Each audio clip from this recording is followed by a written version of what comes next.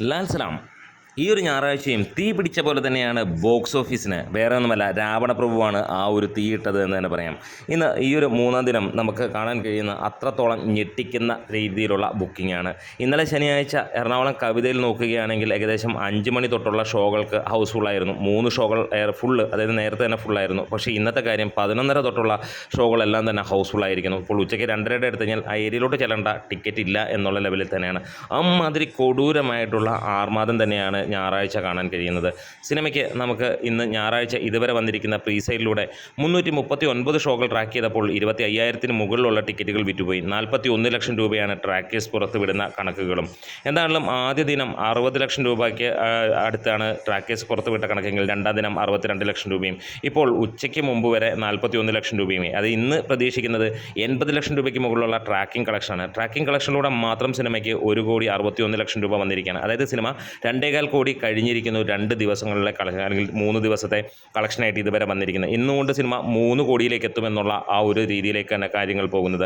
1000-ന് മുകളിലുള്ള ഷോകൾ വന്നു കഴിഞ്ഞപ്പോൾ 1 ലക്ഷത്തിന് മുകളിലുള്ള അഡ്മിറ്റുകൾ, ആളുകൾ ടിക്കറ്റ് എടുത്തു എന്ന് കാണുന്നു.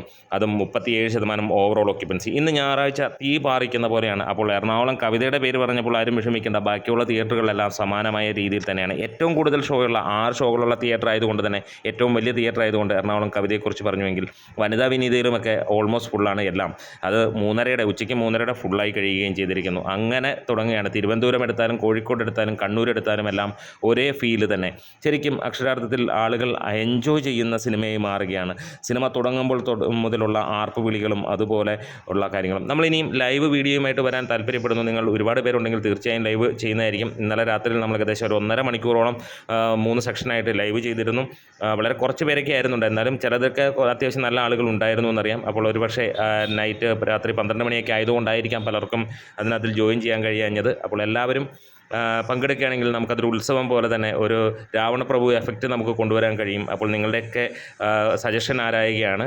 അപ്പോൾ ലൈവ് ചെയ്ത് കഴിഞ്ഞാൽ ഉച്ചയ്ക്ക് 2:30 ചെയ്ത് കഴിഞ്ഞാൽ നിങ്ങൾ ഉണ്ടാവുമെങ്കിൽ ഇപ്പോൾ തന്നെ കൈപൊക്കുകയാണെങ്കിൽ നമ്മൾ നേരെ കവിതയിലേക്ക് വിടുന്നതായിരിക്കും. അല്ലെങ്കിൽ പിന്നെ നമ്മൾ വേറെ മറ്റ് വീഡിയോസുമായി പോകുന്നതായിരിക്കും. അപ്പോൾ നമ്മുടെ വീഡിയോസ് ഇഷ്ടമെങ്കിലും ഒന്ന് സപ്പോർട്ട് ചെയ്ത് തരണം. ലാൽ സലാം.